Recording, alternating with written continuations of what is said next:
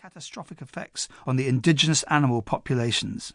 Others of our introductions have been accidental rather than deliberate, as on the many occasions when we have allowed rats hitchhiking on our ships to escape ashore in territory where they never existed before.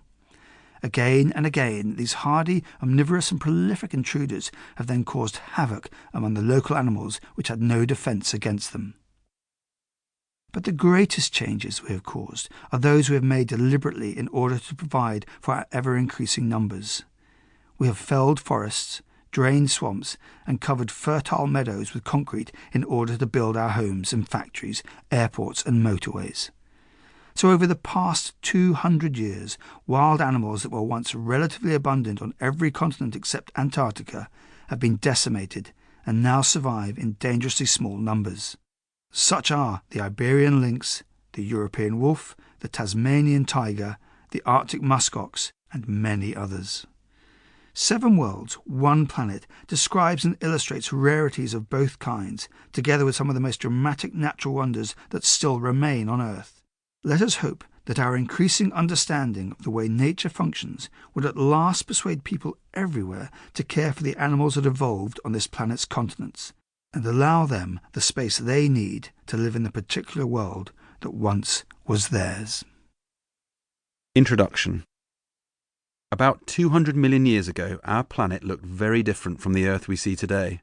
There was only one continent, the supercontinent Pangaea, surrounded by a single super-ocean, Panthalassa. But then something monumental happened. Gargantuan forces began to rip apart the Earth's crust, and Pangaea broke into 2 immense megacontinents, which then drifted apart. Millions of years later, these split again, and then again, and again, eventually each part separating from its neighbour and moving across the face of the Earth to form the 7 great continents we see today. Riding on and around them were the descendants of plants and animals that survived the many mass extinction events that have occurred during our planet's history. With the breakup of Pangaea, however, came new land, new seas and new habitats. Plants and animals adapted to their new homes. Groups of organisms became separated from their original populations and evolved into new species. Life proliferated and diversified. But that's not all. The changing position of the continents has had a huge effect on ocean currents, atmospheric circulation, and the strength of the seasons. The splitting up of Pangaea and the formation and movement of the continents shook up the world, and its effects are still being felt today. Floating continents.